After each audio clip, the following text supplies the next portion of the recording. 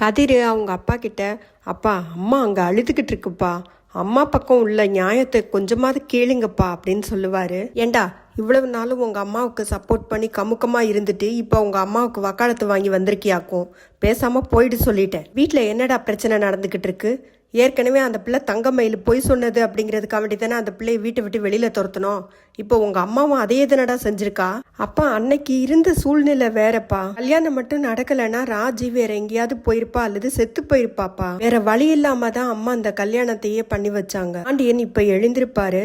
அப்பா வாங்கப்பா, நான் பைக்ல தான் வந்திருக்கேன் அப்படின்னு சொல்வாரு கதிர். இப்ப நான் வீட்டுக்கு தான் வரேன்னு சொன்னேனாடா உங்ககிட்ட, பேசாமல் போடா அப்படின்னு சொல்லிட்டு எந்திச்சு கிளம்புவார். அப்பா வாங்கப்பா அப்படின்னு சொல்லிட்டு பைக்கில் வீட்டுக்கே அவங்க அப்பாவை கூட்டிகிட்டு போவார். வீட்டில் மீனா கோமதிக்கிட்டேயும் ராஜிக்கிட்டேயும், ஏன் நீங்கள் உண்மையை சொன்னீங்க? அன்னைக்கு சண்டையில் ராஜி பாதி உண்மையை சொன்னான், இன்னைக்கு நீங்கள் பாதியை உளறி வச்சிங்க. எதுக்கு அதை இப்படி இன்ஸ்டால்மெண்ட்டில் உண்மையை சொல்லிக்கிட்டு இருக்கீங்க? முழுசாக ஒரு கதையை உருவாக்கணும், அதை கடைசி வரைக்கும் காப்பாற்றணும்ல அப்படின்னு சொல்லிக்கிட்டு இருப்பாங்க. செந்திலுக்கு செம்ம கடுப்பாகும். திரும்ப திரும்ப ஏன் உண்மையை சொன்னீங்கன்னு கேட்குறாங்களே தவிர உண்மையை மறைச்சதை பற்றி கொஞ்சமாவது தப்புன்னு பேசுகிறாளான்னு பாரு அப்படின்னு சொல்லிட்டு மீனாவை திட்டுவாரு. சரவணன் உடனே எழுந்து வருவாரு. ஏய் செந்தில் சும்மாருடா, மீனா கிட்ட சண்டை போடாத அப்படின்னு சொல்லிக்கிட்டு இருப்பாரு. செந்தில் நீ வீட்டுக்கு கிளம்பு, வா நீ வீட்டுக்கு வா அப்படின்னு சொல்லி மீனாவை கூப்பிடுவாரு. இருங்க மாமா வந்துடட்டும் அப்படின்னு சொல்லுவாங்க. அவர் வருவாரு, நீ வா முதல்ல அப்படின்னு வீட்டுக்கு கூப்பிடுவாரு. மீனாவை அடிக்க போற மாதிரி பேசுவாரு. அதனால சரவணன் வீட்டுக்கு கூட்டிட்டு போயிட்டு, சண்டை போடாதடா, பொறுமையா இரு அப்படின்னு சொல்லுவாங்க. கோமதியும் இல்லை செந்தில் ஏண்டா அவளை திட்டுற அப்படிங்கிற மாதிரி சொல்லதான் வருவாங்க. நீ சும்மா இருமா, நீ வாயை மூடுமா அப்படின்னு அவங்க அம்மா வாயை அடைச்சிருவாரு. வீட்டுக்கு கூட்டிகிட்டு போயிட்டு மீனா கிட்ட சண்டை போடுவார். எதுக்கு நீ உண்மையை மறைச்ச? இவ்வளோ நாளும் இவ்வளோ பெரிய உண்மையை நீ மறைச்சிருக்க அப்படின்னு சொல்லிட்டு சண்டை போடுவார். மீனா என்ன சொல்வாங்கன்னா, இதில் நான் என்னங்க பண்ணினேன்? இது முழுக்க முழுக்க ராஜி, கதிர், அத்தை இவங்க 3 பேரோடது. இதுல நான் எங்கிருந்து வந்தேன், என்ன ஏன் சொல்றீங்க அப்படின்னு கேட்பாங்க. செந்தில் திரும்பவும், நீ எதுக்கு இவ்வளோ பெரிய உண்மையை எங்கிட்ட இருந்து ஏன் மறைச்ச? அப்ப தங்கமயிலுக்கும் உனக்கும் என்ன வித்தியாசம்? உண்மையை மறைச்சதுனால தானே தங்கமயிலுக்கு இந்த நிலைமை. இப்ப நீ மட்டும் என்ன செஞ்சுக்கிட்டு இருக்க? அதே தானே நீயும் செய்யற. மீனா இப்ப என்ன சொல்வாங்கன்னா, ஏங்க அதுவும் இதுவும் ஒன்னா? அவங்க அம்மா அப்பா கூட சேர்ந்துக்கிட்டு பித்தலாட்டம் பண்ணிக்கிட்டு இருந்தாங்க. நான் அப்படியெல்லாம் பண்ணல, நான் நம்ம வீட்டுக்கு நல்லது தான் பண்ணினேன், நான் செஞ்சதுல எந்த தப்புமே கிடையாது அப்படின்னு சாதிப்பாங்க. நீ என்கிட்ட பேசாத சொல்லிட்டேன், நீ இனிமே பேசவே பேசாத அப்படின்னு சொல்லிட்டு செந்தில் போயிடுவாரு. செந்திலோட கோபம் காலையில எழுந்தா சரியா போயிடும் மீனாவுக்கு நல்லாவே தெரியும். ஒருவேளை காஃபி போடுறதுக்கு கூட செந்திலால முடியாது, கண்டிப்பா சமாதானம் ஆயிடுவாரு அப்படிங்கிறது பாக்குற நம்மளுக்கே தெரியும். பாண்டியன் வீட்டுக்குள்ள வந்ததும் கோமதி அவங்க கிட்ட, என்ன மன்னிச்சிடுங்க, நான் பண்ணது தப்பு தாங்க, அன்னைக்கு சூழ்நிலையில எனக்கு வேற வழி தெரியல அப்படின்னு சொல்லிக்கிட்டு இருப்பாங்க. சரவணனும் அவங்க அம்மாவுக்கு சப்போர்ட் பண்ணி பாண்டியன் கிட்ட பேசுவாரு. பாண்டியன் என்ன சொல்வாருன்னா, எலே சரவணா, உன் பொண்டாட்டி உன்கிட்ட உண்மையை மறைச்சா அப்படிங்கிறதுனால தானடா நீ அவளை டைவர்ஸ் பண்ண. அப்ப அதுக்கும் இதுக்கும் என்ன வித்தியாசம்? நீ பண்ணா தப்பு இல்ல, நான் பண்ணா மட்டும்தான் தப்பா?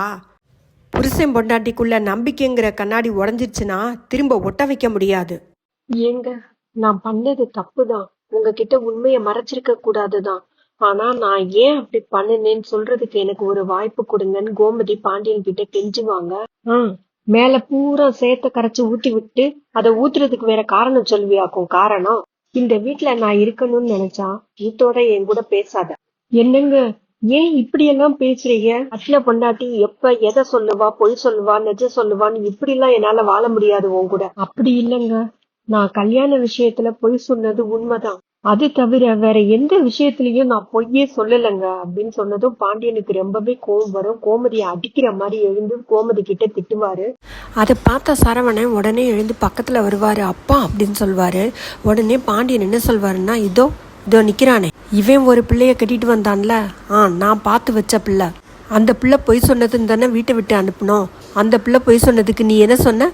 சரவணன் இனிமே அந்த பிள்ளை கூட வாழ முடியாதுன்னு சொன்னேல.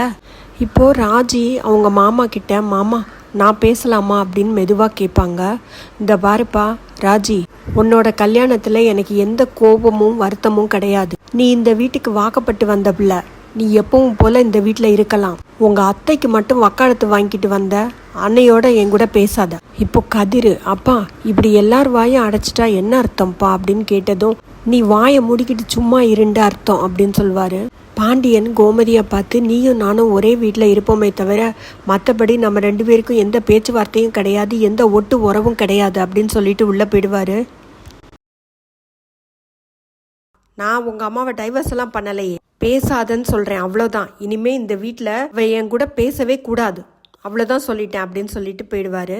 கதிரும் ராஜியும் அவங்க ரூம்குள்ளே போனதும் ராஜி கதிர்கிட்ட எல்லாமே என்னால தான் அப்படின்னு சொல்லி ரொம்ப வருத்தப்படுவாங்க. நீ சந்தோஷமா தான் இருக்கியா, என்னை கல்யாணம் பண்ணதுனால தானே உனக்கும் இவ்வளோ கஷ்டம் அப்படின்னு கதிர்கிட்ட கேட்பாங்க. ஏன், நான் சந்தோஷமா தான் இருக்கேன், ஏன் எல்லாரும் கடந்த காலத்தை பத்தியே நினைச்சுக்கிட்டு இருக்கீங்க, எல்லாருக்குமே ஈகோ. ராஜி என்ன சொல்வாங்கன்னா, திரும்பவும் நான் உன்னை கல்யாணம் பண்ணியிருந்திருக்க கூடாது, என்னை கல்யாணம் பண்ணதுனால தானே உனக்கு இவ்வளோ பிரச்சனை அப்படின்னு சொல்லுவாங்க. யாரும் கல்யாணம் பண்ணின சூழ்நிலையை பார்க்க மாட்டேங்கிறாங்க, கல்யாணத்துக்கு அப்புறம் நம்ம எப்படி வாழ்றோம் அதையும் பார்க்க மாட்டேங்கிறாங்க. எல்லாருக்கும் ஈகோ.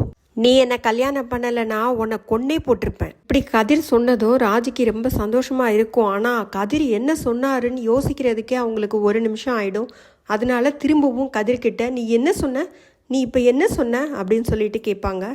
சொரக்காய்க்கு உப்பு இல்லைன்னு சொன்னேன், பேசாம படு, நிம்மதியா தூங்கு அப்படின்னு சொல்லிட்டு கதிர் கீழே படுத்துக்குவாரு. ராஜி அவ்வளோ சந்தோஷமா இருப்பாங்க. அவ்வளோதான் இன்னைக்கு எபிசோட் முடிஞ்சது.